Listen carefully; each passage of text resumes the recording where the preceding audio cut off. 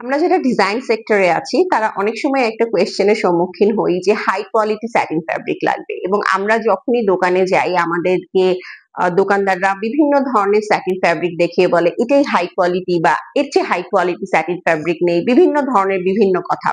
So basically আজকে আমরা জানবো যে হাই কোয়ালিটি স্যাটিন ফ্যাব্রিকটা এক্স্যাক্টলি কি।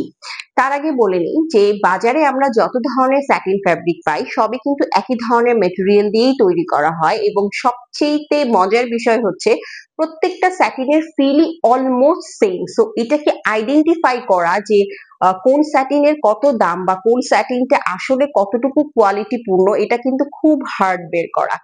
বাট অরিজিনালি যেটা আমরা বলে থাকি যে হাই কোয়ালিটি স্যাটিনের যেই মেইন ক্রাইটেরিয়া সেটা হচ্ছে এটা সিল্ক ফাইবার থেকে তৈরি হয়ে থাকে।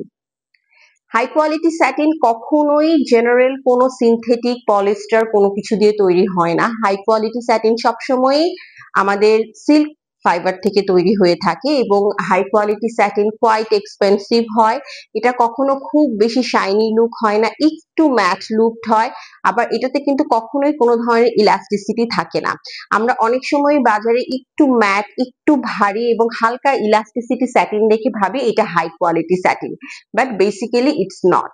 এটাও ভালো স্যাটিন, বাট যেটাকে আমরা মেইনলি হাই কোয়ালিটি স্যাটিন বলে থাকি সেই হাই কোয়ালিটি স্যাটিনটা হতে হলে এটার ফাইবারটা অবশ্যই সিল্কের হতে হবে। সো আজকে আমরা জানলাম বেসিক্যালি হাই কোয়ালিটি স্যাটিন বলতে আমরা কি বুঝি।